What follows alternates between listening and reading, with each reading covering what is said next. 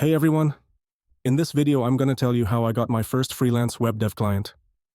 And no, it wasn't Fiverr, Freelancer, or Upwork. Like most beginners, I started with Fiverr, Freelancer, all the usual sites. But honestly, I wasn't getting any gigs.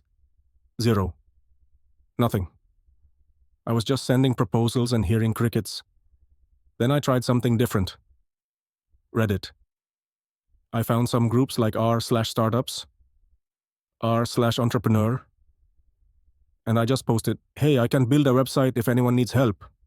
Some people commented, I messaged them, we talked, and boom, I got 2 projects.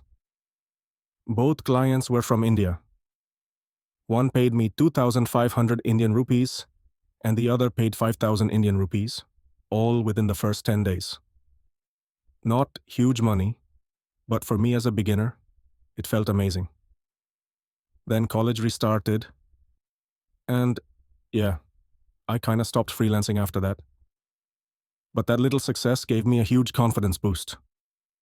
So if you're struggling to get your first client, try places like Reddit, Discord servers, or Facebook groups.